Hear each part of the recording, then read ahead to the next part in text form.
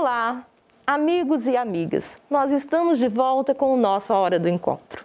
Esses momentos em que estivemos afastados, eu realmente senti saudade desse nosso encontro, dessa nossa conversa semanal. A Hora do Encontro é um programa dos mestrados em Promoção da Saúde e Tecnologias Limpas do Sesumar. A gente passa para vocês as pesquisas, os estudos que estão sendo realizados aqui na instituição pelos professores e seus orientandos. É um momento de tornar a ciência mais acessível e podendo ajudar mais as pessoas.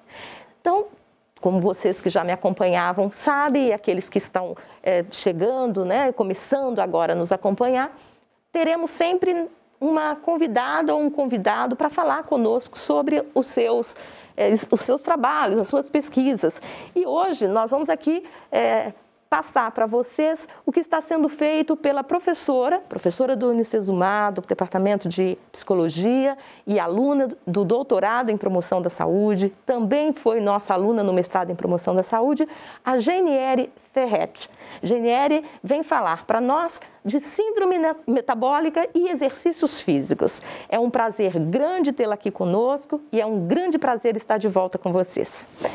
Gene, primeiro quero agradecer esse momento que a gente sabe que é difícil, que as pessoas estão recolhidas em suas casas. Nós precisamos voltar a algumas atividades e o programa Hora do Encontro tem muito prazer de recebê-la nesse primeiro momento que estamos juntas. Oi, professora Tânia, o prazer é meu de estar aqui, obrigada pelo convite.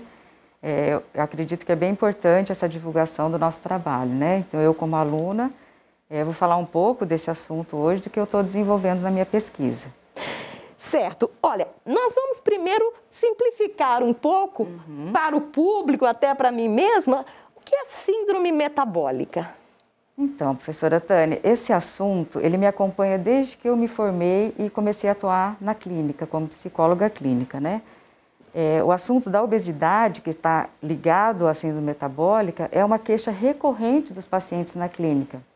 Então, é um tema que me chama muita atenção e agora, no doutorado, surgiu a oportunidade de aprofundar meus estudos com o professor Marcelo sobre a síndrome metabólica. Então, o que é a síndrome metabólica? A gente escuta falar muito desse assunto, mas dificilmente a gente encontra alguém fora da área que saiba definir. Porque ela em si não é uma doença, ela é um conjunto de fatores de riscos que levam, esse conjunto, eles caracterizam a síndrome metabólica. Esses fatores de riscos, muitas vezes, passam desapercebidos pela pessoa, e aí muitas vezes ela nem sabe que está com a síndrome metabólica, ou está desenvolvendo, ou que já desenvolveu a síndrome metabólica. Então é importante a gente falar quais são esses fatores de riscos, O primeiro deles, talvez o mais grave, é a gordura abdominal, é a famosa barriga, As pessoas começam a engordar, ter ganho de peso e muitas vezes não se preocupam com isso. Principalmente agora na pandemia, a justificativa é que está mais em casa, comendo mais e começa a ganhar peso e não se preocupa muito com isso. Junto com a gordura abdominal vem a pressão alta, a famosa pressão alta. Os exames laboratoriais vêm caracterizados como aumento do colesterol, sendo que aumenta o colesterol ruim e diminui o colesterol bom, e também o aumento do triglicérides. Então, todos esses fatores associados, eles formam a síndrome metabólica. Eu estava dizendo, se a pessoa não se preocupa com isso, se ela não, de repente, está engordando, ganhando peso e está achando tudo natural, por conta disso, cada hora a gente tem uma justificativa, se não é a pandemia, é uma outra justificativa. Então, se ela não se preocupa, não busca ajuda e também não faz os exames regulares, esses exames laboratoriais, ela não vai saber. E aí, se desenvolver para uma doença mais grave, que são as consequências da síndrome metabólica, o risco é de morte. Então, é um assunto muito sério, deve ser esclarecido com mais frequência para a população, de uma forma geral, para que as pessoas fiquem conscientes realmente do risco que estão correndo. Então, o risco de morte para quem tem a síndrome metabólica ele é muito maior do que para quem não tem a síndrome. Jane, você falou uma coisa que me chamou a atenção, de que há sempre uma desculpa para a pessoa não fazer os exercícios, não se alimentar corretamente. Agora é a pandemia, né? Fora da pandemia, sempre outras coisas. Acho que é importante a gente pensar um pouco sobre isso, né? E ter uma responsabilidade maior com a nossa saúde. Exatamente. Então, se não é a pandemia, eu sempre vou ter alguma desculpa real e concreta, né? Muitas vezes eu falo isso para os meus pacientes, né? Você está certo de pensar desse jeito porque você tem uma desculpa real. Olha, não pude porque eu tive que levar alguém no médico, aconteceu alguma coisa, choveu, fez sol. As desculpas, elas são reais, mas se a gente não tem um propósito e uma consciência de que aquilo vai me fazer bem, realmente eu não tomo uma atitude diferente daquela da habitual que está me levando a ter a síndrome metabólica. Então, a síndrome metabólica, não, né, e tentando, vamos ver se eu acerto, se qualquer coisa você me corrige, não é exatamente uma doença, mas a soma daqueles problemas que advêm do excesso de peso, né? Eu estou conversando aqui com a professora Janiere, que é doutoranda em promoção da saúde no Unicesumar, psicóloga formada pela Universidade Estadual de Maringá, mestra em promoção da saúde, falando sobre síndrome metabólica, né? Discutindo os problemas que advêm do excesso de peso. Exatamente. E uma das consequências, né, do desenvolvimento da síndrome metabólica são as doenças cardiovasculares, que hoje têm matado mais as pessoas quase que igualmente com acidentes de trânsito, né? Então é um assunto sério. Um problema de saúde pública, a síndrome metabólica, com os seus desdobramentos. Um deles, então, a doença cardiovascular e o diabetes. O diabetes tem aumentado muito na população, aparecido em crianças muito precocemente. E as causas, né, do desenvolvimento da síndrome metabólica, geralmente associada à má alimentação e o sedentarismo, que são fatores, né, como consequência aí dessa vida confortável que cada vez mais a gente tem acesso, né? Então, nos mexemos pouco, a maioria das pessoas ficam no sofá, né, não tem uma vontade, um desejo realmente de fazer atividade física. E o que eu observo é que a questão da alimentação há uma desinformação muito grande. A gente precisa falar mais sobre isso, né? Eu não sou nutricionista, mas, né, uma curiosa da área, já digo que quem está desenvolvendo a síndrome metabólica deve sim procurar ajuda. Um nutricionista, um educador físico, que a gente vai falar também sobre atividade física, mas assim, a alimentação há uma desinformação. Vou dar um exemplo. Muitas pessoas têm o hábito de tomar suco de laranja ao acordar, né? E realmente pensando que é saudável. Mas para quem tem a síndrome metabólica, né, a resistência à insulina, um copo de suco de laranja, ele tem de 3 a 4 laranjas espremidas. E é muita frutose. A frutose é um açúcar. Então, para o nosso organismo, não interessa se é açúcar mascavo, se é mel, se é frutose, né? Tudo vai virar glicose e esse excesso na corrente sanguínea, ele começa a ser tóxico. Então, as pessoas deveriam ser mais informadas, né, principalmente essas que a gente está falando que tem o risco de síndrome metabólica, de como se alimentar melhor. E uma outra causa, além da má alimentação, é o sedentarismo, né? Que eu acabei de falar, essa vida mais confortável, que a gente cada vez mais tem acesso, as pessoas caminham menos, se mexem menos, cada vez umas desculpas reais, né, para não fazer atividade física. Então, o que eu estou pesquisando junto com o professor Marcelo é que tipo de atividade física, de exercício físico, que seria o ideal para quem está com a síndrome metabólica, nesse processo de desenvolvimento. E o que a gente encontra lá nesses estudos mais recentes é que tem muitos protocolos de exercícios aeróbicos, exercícios de resistência, muitas vezes combinado, né, os de resistência com aeróbico. Isso é muito interessante. Um dos fatores para combinar os dois é a questão de não ficar muito monótono, muito chato, né? Então as pessoas revezam aí. E tem o HIIT, né, que é um desenvolvimento de uma atividade mais rápida, mais intensa, que pode favorecer aquelas pessoas que dizem não ter tempo, né? Não tenho tempo.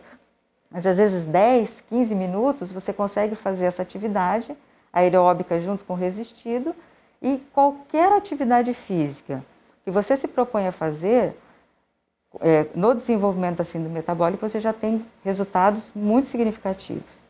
Para você ter uma ideia, 3 vezes por semana, se você caminhar aí 50 minutos, o risco de você ter uma doença cardiovascular diminui significativamente.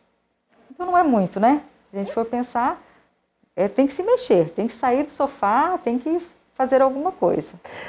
Olha, você que está nos escutando, nos acompanhando, nós estamos falando aqui, né, sobre síndrome metabólica. A professora Geniere Ferretti é aluna do doutorado em promoção da saúde, mestre em promoção da saúde e psicóloga. O mestrado é interdisciplinar. Ela vem da área da psicologia, trabalhando com o professor Marcelo Bernucci, que é da área da biologia, desenvolvendo aí essa pesquisa, esse estudo tão importante, um problema que a gente sabe que afeta milhares de pessoas no Brasil e no mundo, inclusive crianças. Né? A síndrome metabólica não é uma doença, como ela já explicou, mas uma soma de agravantes em função do excesso de peso. Né? A gente, como você coloca muito bem, todas as razões que a gente alega para não fazer exercício, elas são reais, mas a gente precisa passar por cima, né, dessas questões. Eu gostaria que assim, você falasse um pouquinho para a gente como você se sente nesse estudo que, num primeiro momento, não parece muito da psicologia, né? Porque algumas pessoas às vezes pensam assim, nossa, mestrado interdisciplinar, doutorado interdisciplinar, não vou conseguir, porque eu vou ter que ficar tendo aula. Como é que você sente essa experiência? Então, Tânia, foi o que eu falei no começo, né? Talvez causou estranheza quando você falou, né? Uma psicóloga falando de síndrome metabólica, mas na minha profissão eu tenho acompanhado muitos pacientes obesos. Né? Eu faço avaliação para cirurgia bariátrica, né? Que para operar tem que fazer a avaliação psicológica. Então, assim, é um assunto que me chama atenção desde sempre. Então, foi uma oportunidade de aprofundar isso. Então, quando eu fiz a entrevista para o doutorado, de alguma forma eu coloquei esse meu interesse e, felizmente, eu tive, né, o prazer de trabalhar com o professor Marcelo, que é um estudioso da área. Então, né, na minha prática clínica, isso está me ajudando muito. Porque é claro que eu não sou nutricionista nem educador físico, mas para conscientizar meu paciente, eu preciso dessas informações. Né? Se você não se convence daquilo que é bom para você, dificilmente você vai tomar uma decisão, né, nesse sentido de fazer alguma prática física, de melhorar a sua alimentação. Então, para controlar a síndrome metabólica, o desenvolvimento, a gente precisa ter mudança de hábitos significativos, né? Não é mudar mais ou menos, um dia eu vou, um dia eu não vou, um dia eu como, outro dia eu não como. É uma mudança de hábito gradual, mas que ela deve ser para sempre. Então, na minha profissão, eu vejo muito essa dificuldade realmente das pessoas aderirem a um programa, permanecer nesse programa, né, de nutrição, de atividade física. Então, a parte da psicologia, ela vem agregar isso, né, uma soma realmente desses profissionais para cada vez mais ajudar essa pessoa que está com a dificuldade, então, em relação ao emagrecimento, né, a síndrome metabólica. Você falou algo assim que me chama a atenção, porque as pessoas têm as suas dificuldades, as suas resistências, né? Preguiça de levantar cedo, tá frio, tá quente, a falta de tempo. E somado a isso, nós temos toda uma sociedade muito pouco preparada para nos ajudar nisso, né? Você vai no supermercado, tantas coisas atrativas e pouco saudáveis, né? Você sai com um amigo, uma amiga, as próprias pessoas ficam falando, deixa de ser bobo, come, né? Pode comer, vamos comer. Então as pessoas acabam tendo essa dificuldade, porque não é fácil resistir a certas tentações de alimentação e tudo mais.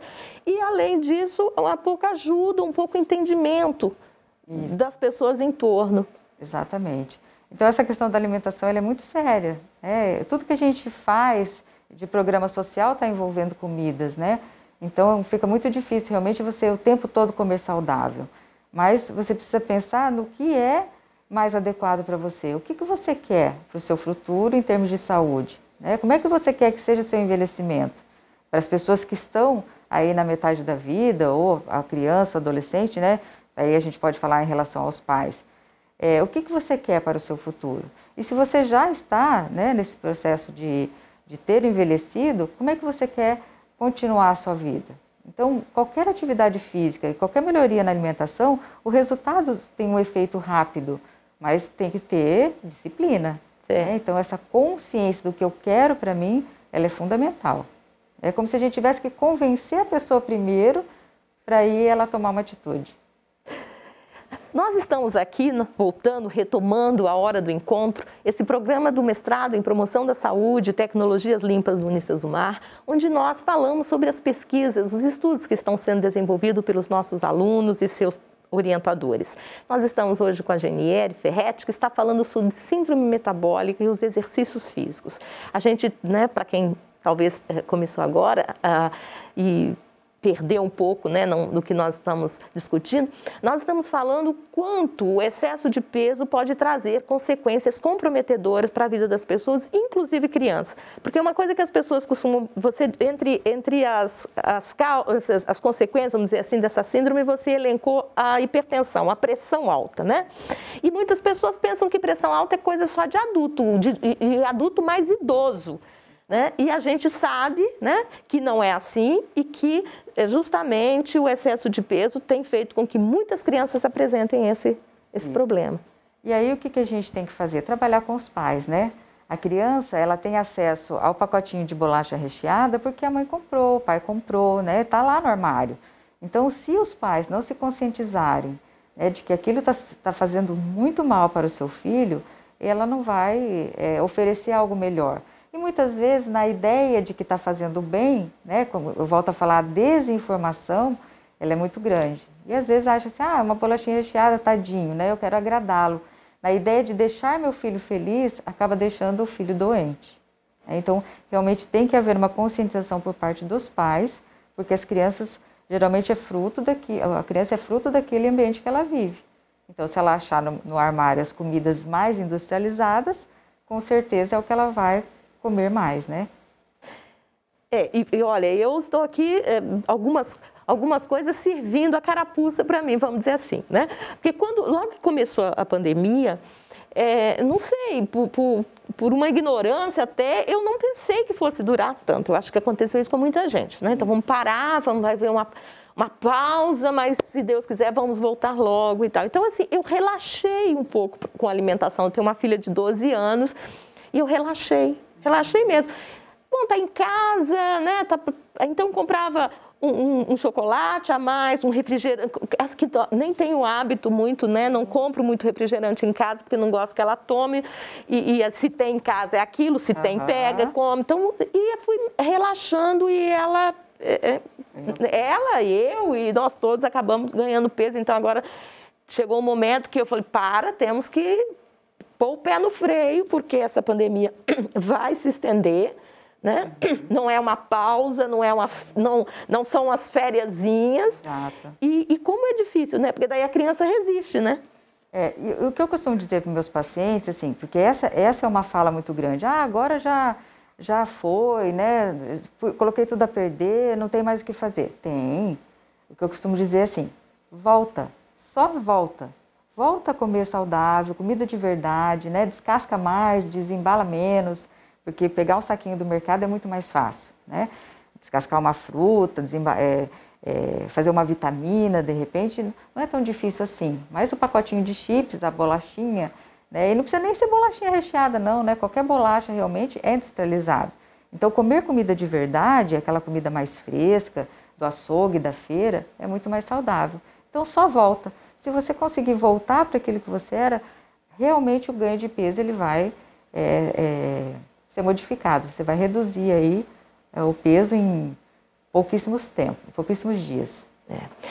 E assim, eu acho que é importante a gente ter essas discussões, porque parece uma coisa que todo mundo meio que sabe. Meio óbvio, né?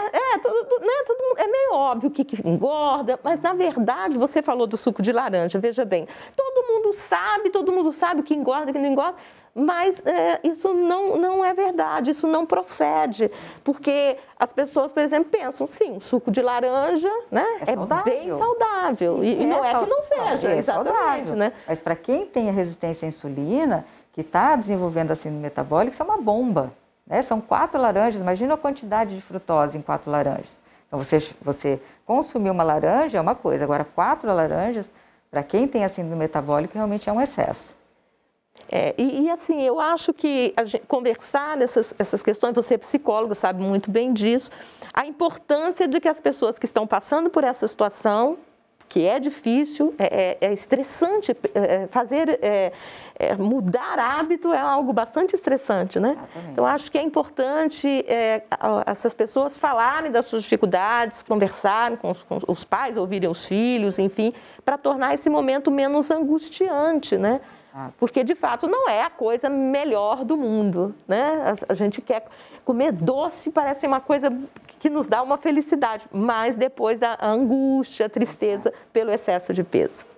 Nós estivemos hoje aqui conversando com a professora Jane Ferretti e com vocês sobre síndrome metabólica, né?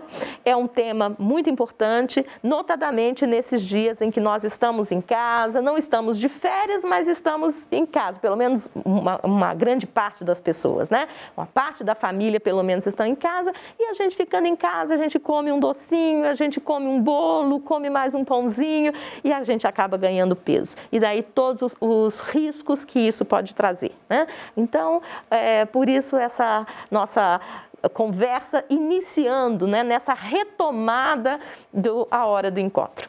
Jane, eu quero agradecer muito pela sua presença, você se dispor a vir aqui conversar conosco nesse momento em que nós estamos, né, trabalhando em casa e você vir até aqui. Espero que vocês que nos acompanharam tenham gostado. Falar com a máscara não é fácil, né? Eu, pelo menos, estou tendo dificuldade porque o óculos embaça. Se eu tiro o óculos, eu não enxergo bem. E a minha máscara também está muito aqui. Eu pus uma máscara nova, mas não tive muito sucesso. Ela está bem instável. A sua, eu estou vendo que é uma máscara bem presa e é a máscara do PPGPS, né? Do programa. Nosso de pós-graduação e em promoção da saúde, muito bonitinha, tem a logo direitinho.